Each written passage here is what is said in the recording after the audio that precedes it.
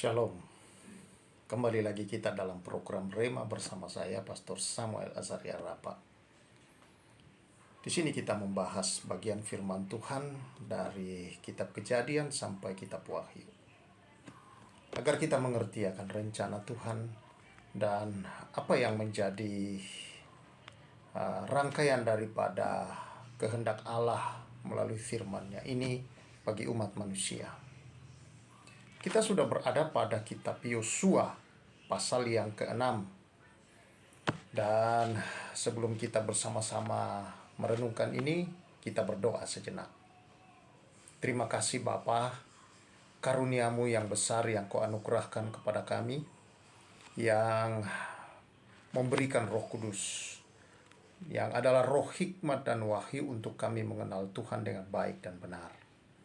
Terima kasih Tuhan atas anugerah-Mu ini, dan kami menyerahkan diri dalam kebenaran firman-Mu dalam nama Yesus. Amin. Saudara-saudara yang saya kasih dalam Tuhan, Yosua pasal yang ke-6 mengisahkan tentang jatuhnya Yeriko. Kota Yeriko, saudara-saudara, adalah kota yang dibangun dengan luar biasa, dikelilingi dengan tembok yang begitu tinggi. Dan bukan hanya tembok yang tinggi, tetapi juga saudara-saudara, tembok yang sangat-sangat tebal. Karena di dalam sejarahnya saudara-saudara, tembok Yeriko itu atau tembok-tembok pada masa itu sebuah kota itu saudara cukup tebal. Karena di atas tembok itu saudara adalah tempat pengintaian. Dan di atas sekeliling tembok itu juga tempat untuk para pasukan-pasukan dalam kota itu untuk menjaga tembok itu dari serangan musuh. Di atas tembok itu, saudara, bisa dilalui oleh kereta kuda. Ada 2 kereta kuda bisa berjejer, bahkan ada tembok yang bisa dilewati oleh 4 kereta kuda sekaligus. Ini berarti pada masa itu membangun sebuah kota dikelilingi oleh tembok sungguh luar biasa, saudara-saudara, menjadi sebuah pertahanan yang dahsyat. Berarti tidak mudah bagi bangsa Israel, bukan, untuk bisa menguasai Yeriko. Tidak ada persenjataan yang cukup pada mereka, saudara-saudara, untuk bisa masuk ke Yeriko. Dan bagaimana cara bisa merebutnya? Tetapi Allah, saudara-saudara, adalah Allah yang telah menjanjikan bahwa itu akan menjadi milik mereka. Tanah itu adalah tanah yang dijanjikan oleh Allah kepada mereka. Di sini kita melihat bahwa Tuhan selalu punya cara, saudara-saudara, untuk menggenapi segenap firman-Nya, untuk menggenapi janjinya kepada umat-Nya. Bagi manusia, memang ini mustahil, saudara-saudara, untuk bisa mengalahkan Yeriko atau memasuki kota itu. Tidak mudah tentunya, saudara. Betul-betul memerlukan mungkin perjuangan yang cukup sangat berat. Dalam arti bahwa kemungkinan bagi Yosua dan bangsa Israel yang dipimpinnya untuk memasuki kota Yeriko sangat-sangat kecil sekali. Yeriko dikenal dengan kekuatannya, temboknya. Dan sejak mereka tahu bahwa dikatakan dalam ayat 1, dalam pada itu Yeriko telah menutup pintu gerbangnya. Telah tertutup kota itu karena orang Israel, tidak ada orang keluar atau masuk. Gerbangnya tentu bukan gerbang dari kayu-kayu yang biasa, itu gerbang yang sangat besar, saudara-saudara. Dan itu gerbang yang sangat kokoh, yang juga tentunya dikawal oleh para pengawal-pengawal yang sangat baik, pasukan-pasukan yang sangat baik. Nah, tetapi saudara-saudara, kita semua mengenal bahwa dalam bagian firman Tuhan ini, Tuhan berfirman kepada Yosua. Dia berkata, "Ketahuilah aku serahkan ke tanganmu Yeriko ini beserta rajanya dan pahlawan-pahlawannya yang gagah perkasa." Wow. Tuhan yang berfirman, aku serahkan. Dan kalau Tuhan sudah menyampaikan firman, saudara-saudara, yakinlah bahwa cepat atau lambat, maka kebenaran itu pasti digenapi oleh Tuhan. Nah, tentulah mungkin pada masa itu Yosua berpikir bagaimana caranya. Dia telah datang dan melihat tembok kota itu begitu luar biasa. Tetapi Tuhan berkata kepadanya, mudah, kalian tidak perlu berperang untuk itu. Cukup kalian mengelilingi kota itu 1 kali, 1 hari, selama 7 hari. Tapi hari ke-7, kalian mengelilinginya sebanyak 7 kali. Dan tidak boleh ada yang bersuara, hanya sangkakala yang berbunyi. Dan pada hari ke-7, ketika kali ke-7 mengelilinginya, sangkakala yang terakhir ditiup secara panjang, maka bangsa Israel boleh bersorak. Dan ketika mereka bersorak, runtuhlah tembok kota Yeriko. Wow, saudara-saudara yang saya kasihi. Ini bukanlah sesuatu yang mudah tentunya. Tetapi bagi manusia, tetapi bagi Allah tidak ada perkara yang sukar. Tembok apapun yang ada di hidup kita. Tembok persoalan, tembok-tembok itu saudara-saudara yang menghalangi kita memiliki hubungan dengan Allah. Itu pun sudah diruntuhkan oleh Allah. Tembok yang paling berat bagi manusia, saudara-saudara, adalah tembok dosa, yang merupakan penghalang antara Allah dan manusia. Tetapi itu pun bagi Allah tidak mustahil, dihancurkan, dirobohkan oleh Tuhan. Hari ini, di mana tanggal 15 April, ketika saya menyampaikan kebenaran ini, saudara, umat Kristiani kita sedang merayakan, saudara-saudara, akan hari yang kita kenal dengan Jumat Agung, di mana Yesus menyerahkan dirinya, nyawanya di atas kayu salib. Dia tergantung di atas kayu salib, saudara-saudara, adalah untuk meruntuhkan tembok pemisah yang telah terjadi selama berabad-abad lamanya sejak manusia jatuh dalam dosa. Tembok pemisah itu, dosa itu, saudara, yang tidak bisa diselesaikan oleh manusia karena manusia yang berdosa. Maka yang terjadi adalah Allah sendiri turun dan meruntuhkan pemisah itu ketika dia mati di atas kayu salib. Kematiannya, saudara, telah membayar semua hutang dosa itu. Sehingga tembok pemisah antara Allah dan manusia telah diruntuhkan. Itu menjadi nyata, saudara-saudara, dalam kisah ini. Yaitu, saudara-saudara, kita membaca di sana ada satu peristiwa yang luar biasa. Ketika tembok itu sudah runtuh, saudara-saudara, ketika tembok itu sudah hancur, saudara-saudara, maka Yosua berkata kepada 2 orang pengintai yang sebelumnya mengintai ke kota Yeriko itu.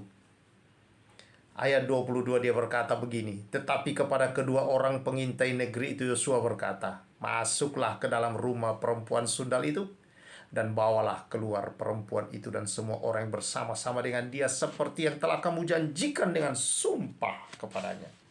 Jadi dalam pasal 2 sebelumnya kita sudah bahas bahwa pengintai itu, saudara, disembunyikan oleh seorang perempuan sundal yang bernama Rahab. Karena dia percaya dan dia yakin bahwa Allah bangsa Israel ini pasti akan merebut kota itu. Dan dia menolong dengan berharap bahwa dia, saudara-saudara, juga akan mendapat belas kasihan dan tidak mengalami nasib yang naas ketika kota itu direbut oleh bangsa Israel. Dan apakah karena perbuatan baik dia, saudara-saudara, yang membuat dia diselamatkan dari itu? Bukan. Kalau kita membaca dalam pasal 2, saudara-saudara, ayat yang ke-18, di sana dikatakan dengan jelas, ketika kedua pengintai itu akan meninggalkan kota itu, mereka berkata begini, sesungguhnya apabila kami memasuki negeri ini, haruslah tali dari benang kirmisi ini kau ikatkan pada jendela tempat engkau menurunkan kami. Jadi saudara, ketika dia mau melepaskan kedua pengintai itu, dia menggunakan sebuah tali yang namanya tali kirmisi. Kirmisi, saudara-saudara, adalah warna merah yang dihasilkan dari darah akan sebuah ulat kecil, saudara-saudara. Yang mana ketika dia menetaskan telur-telurnya dan keluar kumbang-kumbang itu, dia memakan induknya itu sehingga meneteslah darah keluar dari tubuhnya dan menodai akan daun-daun atau yang ada di sekelilingnya, dan itu bisa berubah menjadi merah, bisa berubah warna, saudara-saudara. Nah, kurang lebih saudara-saudara bahwa ini adalah warna seperti kesumba, ya, yang bisa warna sebuah baju yang mungkin saudara-saudara merah bisa dibuat menjadi warna yang putih dengan kesumba. Nah, saudara yang saya kasih dalam Tuhan Yesus, itu harus diikatkan sebagai sebuah tanda bahwa rumah itu yang harus dilindungi, keluarga itu yang harus dilindungi dengan adanya warna kirmisi, yaitu warna merah, saudara-saudara. Ya, warna merah merona yang sering digunakan, saudara-saudara, seperti orang main film lalu kemudian berdarah dan berwarna. Nah, warna itulah yang digunakan, warna kirmisi. Saudara, ketika tembok itu runtuh, Yosua meminta kepada kedua pengintai itu pergi ke rumah Rahab. Dan tentunya, saudara, karena rumah itu tempat mereka turun dan keluar dari kota Yeriko, berarti rumah itu ada di pinggir tembok itu. Dan ketika tembok Yeriko runtuh, inilah keajaiban Tuhan. Rumah itu tidak runtuh, saudara. Mereka terlindungi karena ada tali itu. Warna merah itu, saudara, yang adalah lambang daripada darah Kristus itu sendiri. Bahwa karena darah Yesuslah yang ditumpahkan di atas Kalvari, keselamatan terjadi terhadap setiap yang mau percaya dan menerimanya. Di sini kita melihat, saudara-saudara, bahwa karya keselamatan itu adalah karya Allah. Allah lah yang datang ke kota itu, ke Yeriko itu, saudara-saudara. Allah juga yang menyelamatkan akan Rahab yang mau percaya akan berita yang didengar tentang Allah Israel dan kemahakuasaannya. Dia mempercayainya dan berharap bahwa dia diselamatkan. Dan benar, dia diselamatkan. Allah datang untuk menyelamatkan Rahab. Rahab adalah gambaran manusia yang berdosa. Kenapa harus, saudara-saudara, bahwa mereka menginap di rumah seorang perempuan sundal yang pada masa itu adalah profesi yang paling hina, dosa yang dianggap berat. Sehingga hukuman bagi dosa itu yang pada masa itu dan juga ditetapkan dalam hukum Taurat, saudara-saudara, adalah rajam sampai mati. Dianggap sebuah dosa yang sangat keji juga, saudara-saudara. Maka Allah datang ke sana dan menaruhkan darahnya untuk mengampuni dosa itu. Dan karena itu Rahab diselamatkan. Adalah lambang bahwa manusia, saudara-saudara, hanya bisa diselamatkan karena ada pencurahan darah. Darah Yesus yang tertumpah di atas Kalvari. Itulah jalan satu-satunya, saudara-saudara, untuk bisa diselamatkan. Di hadapan Allah, saudara-saudara, dikatakan bahwa dosa seperti sebuah hutang bagi manusia. Dan harus dibayar hutang itu.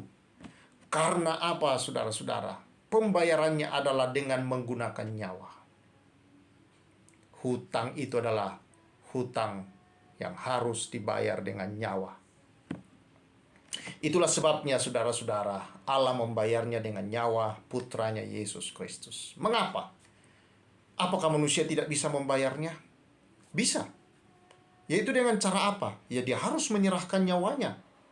Dia harus menanggung hukuman atas pelanggarannya. Dan hukuman itu telah ditetapkan di dalam Kejadian 2 ayat 17. Tuhan berkata, pohon pengetahuan yang baik jangan kau makan. Pada waktu kau makan, kau pasti mati. Hukuman telah ditetapkan bahwa pelanggaran atas dosa itu, atas hukum Allah itu, atas perintah Allah itu adalah mati. Berarti manusia bisa membayar dosanya dengan cara mati. Tetapi mati di sini bukan mati biasa, tetapi mati dalam neraka untuk selama-lamanya. Allah dalam kasih-Nya, Dia Allah yang adil, harus menghukum dosa. Tetapi Dia juga adalah Allah kasih, saudara-saudara. Dia mau supaya manusia tidak mengalami penghukuman, tetapi mengalami keselamatan. Bagaimana caranya? Karena kalau manusia yang membayar sudah pasti mati dalam neraka. Maka Allah dalam belas kasihannya mengutus dirinya. Dalam konsep Kristen kita mengenal Allah Tritunggal. Allah satu tetapi punya 3 pribadi. Maka turunlah pribadi yang kedua, yaitu Kristus. Dia Allah yang mengambil rupa manusia itu, saudara. Lalu kemudian Dia menyerahkan dirinya mati di atas kayu salib. Karena hanya dengan jalan Dia matilah Dia menanggung hukuman itu di dalam tubuhnya. Hukuman yang harus kita tanggung, manusia tanggung karena dosa, ditanggung oleh Yesus. Yesus menjadi pengganti kita, saudara-saudara. Yesuslah, saudara-saudara, yang merobohkan tembok pemisah yang telah memisahkan Allah dengan manusia dan membangun jembatan yang baru itu, saudara-saudara. Itu sebabnya Dia tergantung di atas kayu salib. Dia berada di antara bumi dan langit, saudara-saudara, yang menggambarkan bahwa Dia, saudara-saudara, menjadi penghubung antara Allah dan manusia. Kita bersyukur atas hal ini. Itu bukan karena usaha kita, bukan karena kemampuan kita, tetapi itu adalah pemberian dari Allah untuk kita. Itulah yang diberikan oleh Allah. Dia menjumpai perempuan yang sundal itu, saudara, yang berdosa, yang hina, yang akan mendapatkan penghukumannya itu kematian akibat dosa-dosanya. Dan itu adalah gambaran manusia. Tapi Allah mengunjungi dia dan memberikan sebuah tali kirmisi, memberikan sebuah pengampunan atas kehidupannya, dan memberikan satu masa depan yang baru. Bahwa kemudian kita membaca nama Rahab, saudara-saudara, di dalam silsilah Tuhan Yesus Kristus di dalam Matius pasal yang pertama. Di sana Rahab disebut. Masa depannya berubah. Dari seorang yang harusnya binasa, dari seorang yang harusnya dihukum mati, saudara, menjadi seorang yang melahirkan melahirkan keturunan yang kemudian menjadi juru selamat bagi semua manusia yang berdosa. Ini satu kehidupan yang betul-betul baru, mendapatkan satu penghargaan, keistimewaan yang luar biasa. Dan itu yang dialami setiap orang-orang yang percaya kepada Tuhan. Kegelapan hidupnya, kegelapan masa depannya diubahkan menjadi manusia yang baru dan punya pengharapan yang baru, punya satu, saudara-saudara, kehidupan yang baru di dalam Yesus Kristus. Karena dosa sudah dihapus, dosa selesai, hutang dosa sudah dibayar oleh Yesus. Ketika Dia berada di atas kayu salib, Dia berkata, sudah selesai. Apa yang Dia selesaikan? Dia telah menyelesaikan penghukuman akan dosa. Dia telah menerima penghukuman dosa-dosa kita. Derita kita yang ditanggungnya, sengsara kita yang ditanggungnya, penyakit kita, saudara, pemberontakan kita, kesesatan kita, saudara-saudara, dan segala kesalahan-kesalahan kita.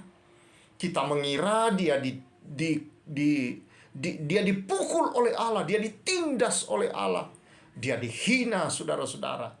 Padahal semua itu Dia terima adalah seharusnya bagian kita. Tapi Dia rela menjadi pengganti supaya kita tidak binasa, melainkan beroleh hidup yang kekal.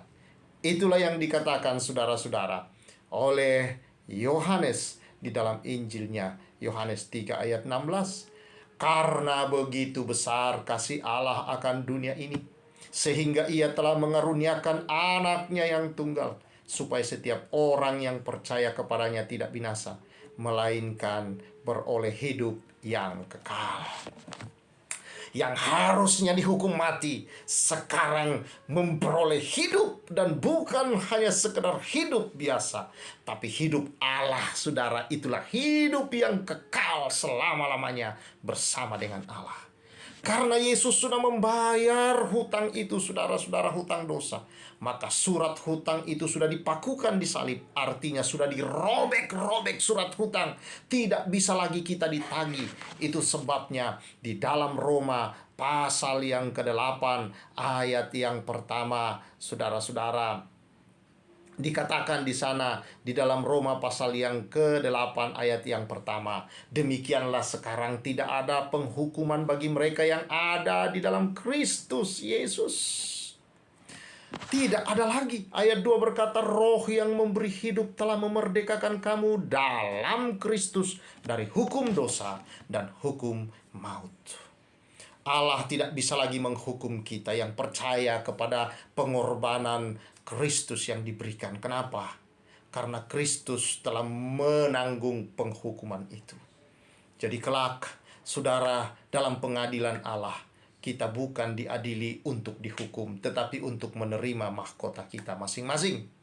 Tetapi bagi mereka yang tidak percaya, atau mereka yang berkata percaya tapi tidak hidup di dalam pertobatan yang sebenarnya, maka itulah yang kita lihat juga di dalam firman Tuhan. Roma pasal yang kedua ayat yang kelima berkata, tetapi oleh kekerasan hatimu yang tidak mau bertobat, engkau menimbun murka Allah atas dirimu sendiri pada hari waktu mana murka dan hukuman Allah yang adil akan dinyatakan. Kalau saudara belum menerima Yesus, tidak percaya bahwa dialah juru selamat, dialah satu-satunya jalan bagi hidup Anda untuk menerima pengampunan dosamu dan jalan keselamatan untuk masuk dalam kerajaan surga, maka dikatakan di sini itu orang-orang yang keras hati. Maka dia setiap hari terus dia ada dosa terjadi dalam hidupnya, dia terus-menerus menimbun murka Allah yang pada akhirnya nanti dia akan menerima bagiannya. Demikian juga dengan orang-orang yang menyatakan diri Kristen, yang kita kenal dengan kata Kristen KTP, Kristen tanpa pertobatan. Terus mengikuti saudara-saudara akan keinginan-keinginan dagingnya, yang mencari kemuliaan bagi dirinya sendiri. Kalau saudara membaca dari ayat pertama sampai ke-5, bahkan sampai ayat yang ke-11 dari Roma 1 ini, Roma pasal 2 ini, saudara akan melihat bahwa orang-orang mencari kepentingan bagi dirinya, hanya mau memuaskan keinginan-keinginan hidupnya, saudara-saudara. Memuaskan saudara-saudara, mencari kehormatan dan keadilan bagi diri sendiri. Orang-orang seperti inilah dikatakan Kristen tanpa pertobatan. Mereka tidak melihat bahwa Yesus mengosongkan dirinya dan dalam hidup ini mendahulukan kepentingan-kepentingan orang lain. Dalam arti saudara-saudara, bahwa dia tidak hidup egois. Dia tidak hidup hanya untuk mencari bagi dirinya sendiri, tetapi dia hidup dalam kasih Allah yang telah mengasihi dia terlebih dahulu. Maka ini orang-orang saudara yang seperti ini dikatakan keras hati. Dia sedang menimbun murka Allah di atas kepalanya dalam hidupnya, yang pada akhirnya dia akan menuai kebinasaan. Karena itu, bertobat saudara-saudara. Engkau yang belum percaya dan menerima Yesus, terimalah dia, bahwa dialah satu-satunya yang bisa membawa engkau berdamai kembali dengan Allah, dan yang bisa membawa engkau ke dalam kehidupan yang kekal di surga bersama Tuhan. Saudara-saudaraku yang merasa selama ini engkau orang Kristen, tetapi engkau tidak hidup dalam kebenaran Tuhan. Engkau hanya hidup mencari untuk dirimu, hanya engkau, hanya untuk kepuasanmu, hanya untuk kehormatanmu, hanya untuk harga-harga dirimu yang kau cari dalam dunia ini. Ayo bertobat dan mulailah saudara-saudara hidup dalam kasih kepada sesama.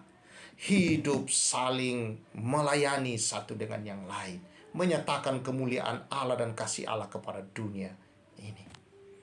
Maka pada akhirnya saudara-saudara, engkau akan menerima dan engkau akan mendapatkan yang terbaik, mahkota kehidupan yang disediakan Tuhan bagi setiap orang yang percaya. Kiranya kebenaran ini saudara boleh mengantar kita bahwa di dalam Tuhan tidak ada perkara yang mustahil. Sepertinya mustahil, saudara-saudara, untuk dosa bisa dihapus untuk membawa kita kepada Tuhan di surga. Tetapi bagi Allah tidak ada perkara yang mustahil. Dia telah menetapkan Kristus Yesus. Itulah jalan.